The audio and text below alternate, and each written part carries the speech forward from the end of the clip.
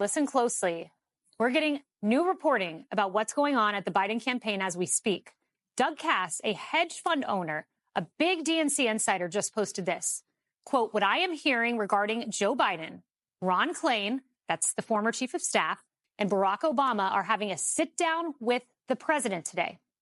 Joe Biden is insistent that Joe's running.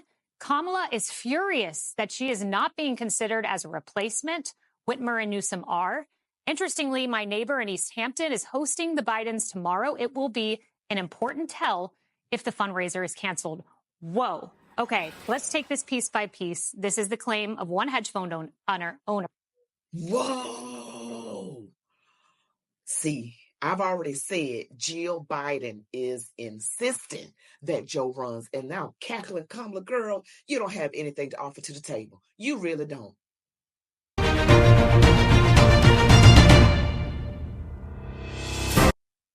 Welcome back, Warriors. It's me, Linda B. Thank you all for joining me here today. So, looks like there's a lot going on inside the Biden administration, the campaign, actually. And you know, Barack Obama is instrumental in what goes on. You're going to want to stick around for this. This is major. This is huge. But before we get back into it, don't forget to like, comment, share, subscribe, and hit the notification bell. Make sure your notifications work, and I ask you to watch the video all the way to the end. Also, visit childlightcandles.com. This is a Christian veteran-owned company. All of their products are made in the United States of America, and 25% of their profits go to veterans and their family. But don't forget to input the discount code LindaB. But Tammy, let's start with the first part. Ron Klain and Barack Obama having a sit down. That has the potential to boomerang because Obama encouraged Biden to stay out the first time and cede that ground to Hillary. Reporting says Biden was upset by that. So that could boomerang in Biden's face, or Obama's face, I should say. Yeah, I think that this also shows you that now we've got leadership coming in, has a mission. And I don't think Cass is going to post something like that without permission. You're not going to go with gossip when you're an insider. So there's a point, in a way, that they're still playing this out publicly with that kind of messaging. Why put Kamala Harris in that position as the angry outsider who's being pushed under the bus? Fascinating decision. So I think that this is a problem in general, that you've, once again, to your earlier point, that this is being perhaps addressed moment by moment, people getting in, people trying to persuade, and that the nation is in that kind of condition right now. Now, Jason, this is not Fox News' reporting. I just want to point this out. This is one person who could have his own motives. Maybe he wants someone different. But the second piece of what he said is Jill Biden is insistent that Joe is running. That rings as true to me based on this last night. I can't thank you all enough for staying and for being here and for all your support.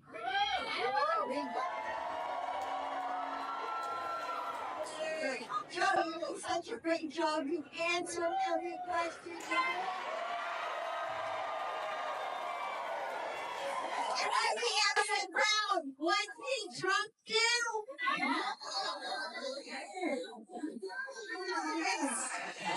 Jason, I know she's a teacher, but that is how I talked to my child.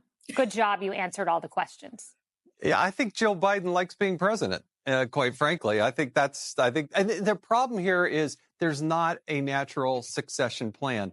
The idea that Kamala Harris, I mean, the only person that's less popular than Joe Biden, even after that performance, is Kamala Harris. And the party and the nation, I think, is frightened to actually put her up there. But look at Kamala Harris seems also incompetent.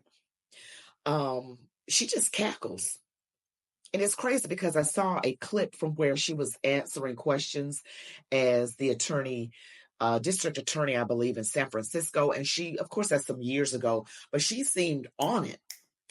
And she wasn't laughing silly and all of that. But as VP, she just laughs all the time. Poor hubby. Poor hubby. Nah.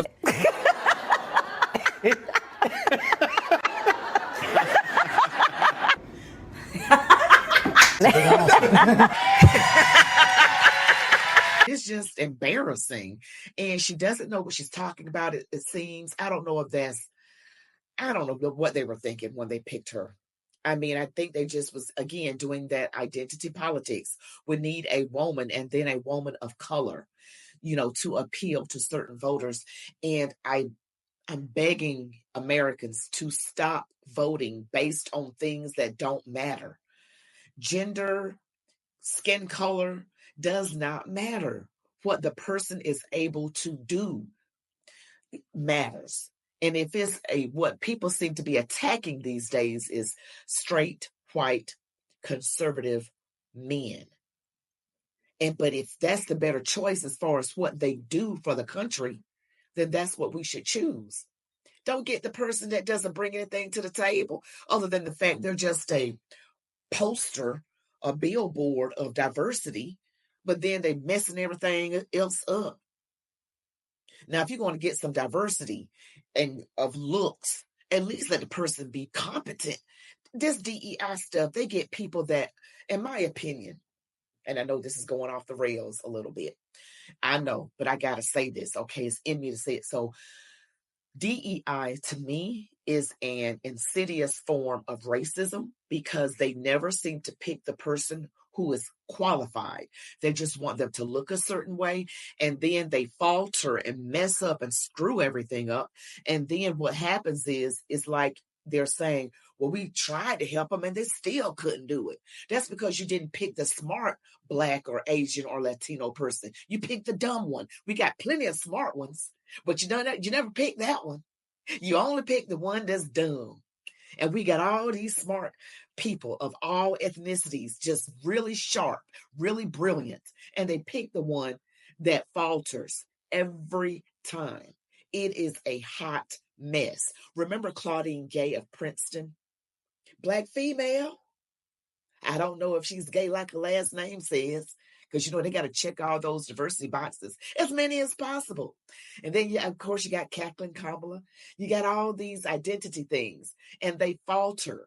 They don't do well because they didn't pick the smart one. But in any event, you're still not supposed to look at outside. Just look at qualifications, meritocracy. You cannot go wrong when you do it the right way. At the way she had to lead Joe Biden away from the podium.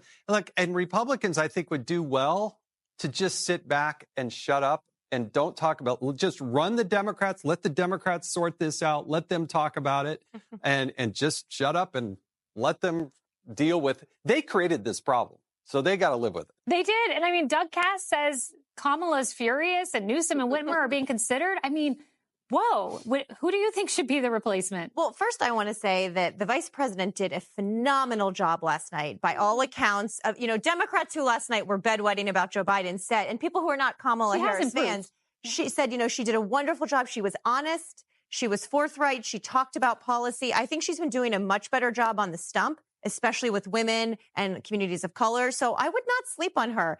And look, I have always said if either party nominated someone else for president, they would win by 10. And so I think the Republican Party, be careful what you wish for. If Joe Biden, for some reason, decides not to run, I think that would spell the end for Donald Trump's campaign. I think even if it's Kamala Harris, I believe that. And what I don't want, my very last point, what I don't want is the problem at the top of the ticket to affect the Senate races and the House races and the governor's races. The Democrats have to win across this country to prevent the extremist Republican actions across the country. That's what I don't want. And I hear what you're saying. I think the Trump camp would probably agree with you that Joe Biden is a weak nominee. But here's the counter to that is when you look at polling, Newsom fares worse than Biden does against Trump. Kamala fares worse. And if you replace them as, maybe that's not true in practice, but some of these folks, Newsom doesn't have the name ID. Yeah. If you also insert RFK Jr. into that polling, Democrats do even worse. And, Gavin Newsom, he is not popular in California. They have turned their backs on his leadership because taxes are high, homelessness is high, and he is in denial. So now he's trying to pivot with this national message because he wants to be the replacement. He wants to be this last-minute savior.